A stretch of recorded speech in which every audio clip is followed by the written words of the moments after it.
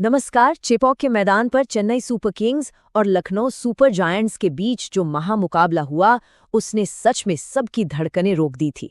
किसे पता था कि एक नामुमकिन सा लगने वाला टारगेट आखिर में इतना रोमांचक हो जाएगा। ये पूरा मैच एक रोलर कोस्टर राइड जैसा था। चलिए इस खेल की गहराई में उतरते हैं और समझते हैं कि आखिर लखनऊ से ऐसी क्या चूक हो गई और चेन्नई ने ये जादू आखिर किया कैसे। अब देखिए, एक बड़ा सवाल जो तुरंत दिमाग में आता है, चेपॉक जैसी पिच पर कोई टीम 203 रन कैसे चेस कर सकती है। ये वही मैदान है जो अपनी स्लो और स्पिन फ्रेंडली पिच के लिए जाना जाता है। यहाँ तो 160 रन बनाना भी मैच विनिंग माना जाता है, तो 203 रन का टारगेट, ये तो सीधे तौर पर एक खड़ी चट्टान चढ़ने जैसा काम था। ये सिर्फ एक स्कोर नहीं, बल्कि सामने वाली टीम पर दबाव का एक ऐसा पहाड़ था जिसे पार करना आमतौर पर किसी भी टीम के लिए बेहद मुश्किल होता है। तो कहानी की शुरुआत होती है इस 203 रन के पहाड़ जैसे टारगेट के बनने से। अगर हम लखनऊ की इनिंग्स देखें तो ये मेनली 3 हिस्सों में बटी हुई थी। शुरुआती 6 ओवर्स में जॉश इंग्लिस ने ऐसी धुआंधार बैटिंग की कि सब हैरान रह गए। मोमेंटम बिल्कुल एलएसजी के पास था। उसके बाद ठीक 12वें ओवर में जेमी ओवर्टन ने आकर 2 बड़े झटके दिए और इस तूफान को रोका। पर खेल के 20वें ओवर तक आते आते कृणाल पंड्या ने ऐसी तेजी दिखाई कि स्कोर आखिरकार 200 के पार चला ही गया। जॉश इंग्लिस का वो आक्रामक रूप वाकई कमाल था। सिर्फ 17 गेंदों में उन्होंने अपनी 50 पूरी कर ली। सच कहूं तो ये इस सीजन की सबसे बेहतरीन और तेज पारियों में से एक थी। उनकी बैटिंग देखकर चेन्नई का वो हमेशा शोर मचाने वाला क्राउड बिल्कुल शांत पड़ गया था। 6 ओवर्स के बाद एलएसजी का स्कोर था 1 विकेट पर 82 रन्स। उस वक्त तो ऐसा लग रहा था मानो ये टीम आज 230 का आंकड़ा भी बड़ी आसानी से पार कर लेगी। लेकिन तभी शुरू होता है मैच का अगला फेज। जेमी ओवर्टन का बनाया हुआ वो जबरदस्त दबाव। खेल 12वें ओवर में बिल्कुल पलट गया। जेमी ओवर्टन ने पिच की गहराई का बेहतरीन इस्तेमाल किया और बैक टू बैक 2 बड़े शिकार किए। पहले तो उन्होंने 85 रन पर खेल रहे खतरनाक इंग्लिस को आउट किया और उसके तुरंत बाद ऋषभ पंत को चलता कर दिया। वहीं दूसरी तरफ रविंद्र जडेजा ने ऐसी अनुशासित स्पिन गेंदबाजी की कि क्या कहने। अपने 4 ओवर्स के स्पेल में उन्होंने सिर्फ 24 रन दिए और 1 विकेट लिया। नतीजा ये हुआ कि दीपक हुड्डा और आयुष बदोनी जैसे बल्लेबाजों को रन्स बनाने और स्ट्राइक रोटेट करने में भारी मुश्किल आने लगी। इन सब टकराव और दबाव के बावजूद आखिर में कृणाल पांड्या ने 11 गेंदों पर 22 रन बना ही दिए और एलएसजी ने बोर्ड पर 203 रन लगा दिए। अब जरा सोचिए, एक ऐसी पिच जो धीरे धीरे सूख रही हो और स्पिनर्स की मदद कर रही हो, वहां 8 विकेट पर 203 रन का टारगेट चेन्नई के लिए सच में बेहद डरावना था। खेल के इस पॉइंट पर चेन्नई की जीत की उम्मीद करना मैदान में बैठे किसी भी शख्स के लिए एक चमत्कार की उम्मीद करने जैसा था। पर इसके बाद जो हुआ वो था उर्विल पटेल का शो। यहीं से पूरी बाजी पलटना शुरू हुई। सिर्फ 13 गेंदें, जी हाँ, 13 गेंदों का ये आंकड़ा क्रिकेट हिस्ट्री के एक बहुत बड़े चमत्कार का गवाह बन गया। उर्विल पटेल ने आते ही ऐसी आक्रामक बल्लेबाजी शुरू की कि उन्होंने आईपीएल इतिहास में सबसे तेज हाफ सेंचुरी के रिकॉर्ड की बराबरी कर ली।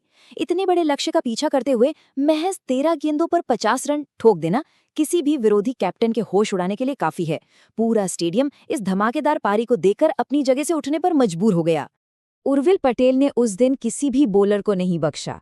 नवीनुल हक हों या यश ठाकुर, सबकी ऐसी धुलाई हुई कि बस पूछिए मत। वो बड़ी आसानी से अपनी मर्जी के मुताबिक गेंदों को सीधा बाउंड्री के बाहर भेज रहे थे। आईपीएल के सबसे यादगार कैमियोज में से एक इस इनिंग्स ने शुरुआत में ही रिक्वायर्ड रन रेट की पूरी चिंता को लगभग आधा करके रख दिया था। और अगर दोनों टीम्स के शुरुआती ओवर्स यानी पावर प्ले का आपस में कंपैरिजन करें तो तस्वीर और भी साफ हो जाती है। जहां एलएसजी एक बेहद मजबूत स्थिति में 82 पर थी, वहीं चेन्नई ने अपने पावर प्ले में 1 विकेट के नुकसान पर पूरे 91 रन जड़ दिए। ये आंकड़े साफ बयान करते हैं कि यही वो मोड़ था जहां चेन्नई ने अपनी सबसे बड़ी पकड़ बनाई। खेल का मोमेंटम कंप्लीटली बदल चुका था और एक नामुमकिन सा लगने वाला रन चेस अचानक उनकी मुट्ठी में महसूस होने लगा था। और फिर यहां से शुरू हुई एक नई रणनीति, एक बेहद शांत लेकिन सॉलिड अंत की तरफ बढ़ने की। क्योंकि शुरुआत इतनी धुआंधार हो चुकी थी, आगे आने वाले बल्लेबाजों को कोई बेवजह रिस्क लेने की जरूरत ही नहीं थी। ऋतुराज गायकवाड़ ने 42 और शिवम दुबे ने 28 रन की बड़ी शांत पारी खेली। दोनों ने एकदम नो रिस्क अप्रोच अपनाया और रवि बिश्नोई और मणिमारन सिद्धार्थ जैसे डेंजरस स्पिनर्स के ओवर्स बहुत आसानी और सावधानी से निकाल दिए। हालांकि आखिरी 4 ओवर्स में जरूरत थोड़ी बढ़कर 9 रन प्रति ओवर की हो गई थी, लेकिन अंत के इस प्रहार के लिए स्टेज बिल्कुल सेट हो चुका था। फिर जब 7वें नंबर पर MS धोनी पिच पर आए तो चेपाक का शोर लिटरली आसमान छूने लगा। उन्होंने आते ही अपनी दूसरी गेंद पर एक ऐसी क्रूशल बाउंड्री लगाई कि बचा कुचा दबाव पल भर में उड़ गया।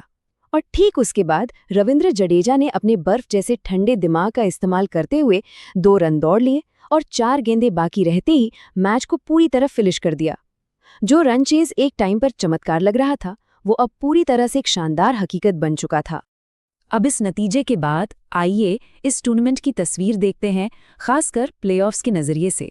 दोनों टीम्स का अगर हम हेड टू हेड परफॉर्मेंस देखें तो फर्क साफ दिखता है। LSG के लिए जहां इंग्लिश ने 33 गेंदों पर 85 रन बनाए, वहीं CSK की तरफ से उर्विंद्र पटेल का स्ट्राइक रेट और आक्रामकता अलग ही लेवल पर थी। उन्होंने सिर्फ 23 गेंदों पर 65 रन जोड़े। पर सबसे बड़ा फासला पावर प्ले और छक्कों की गिनती में था। लखनऊ के 12 छक्कों के जवाब में चेन्नई ने पूरे 15 छक्के मारे। ये डिटेल साफ दिखाती हैं कि उनका बैटिंग इंटेंट शुरू से आखिर तक कितना बेखौफ था। इस एक रोमांचक नतीजे ने पॉइंट्स टेबल का पूरा गेम ही पलट दिया है। चेन्नई सुपर किंग्स अब दूसरे स्थान पर आ गई है, जिसका मतलब है कि अगर वो बचे हुए 2 मैचेस में से एक भी जीत लें तो उनका प्लेऑफ स्पॉट लगभग पक्का है। दूसरी तरफ इस हार के कारण लखनऊ खिसककर 5वें स्थान पर चली गई है। अब लखनऊ के ऊपर आगे बढ़ने का दबाव सच में हद से ज्यादा बढ़ गया है। तो इन सारे आंकड़ों के विश्लेषण के बाद एक सबसे बड़ा सवाल खड़ा होता है। अगला ही मैच इन्हीं दोनों टीम्स के बीच है, और वो भी आने वाले शुक्रवार को ठीक लखनऊ के ही मैदान पर। लखनऊ के लिए अब ये एकदम करो या मरो यानी मस्ट विन मैच बन चुका है। तो क्या लगता है, क्या लखनऊ इस भारी दबाव वाले माहौल में जबरदस्त वापसी कर पाएगी या चेन्नई इस रीमैच में भी आगे निकल जाएगी? खेल के इस अगले रोमांचक चैप्टर का हम सबको बेसब्री से इंतजार रहेगा। इस विश्लेषण में साथ जुड़ने के लिए धन्यवाद।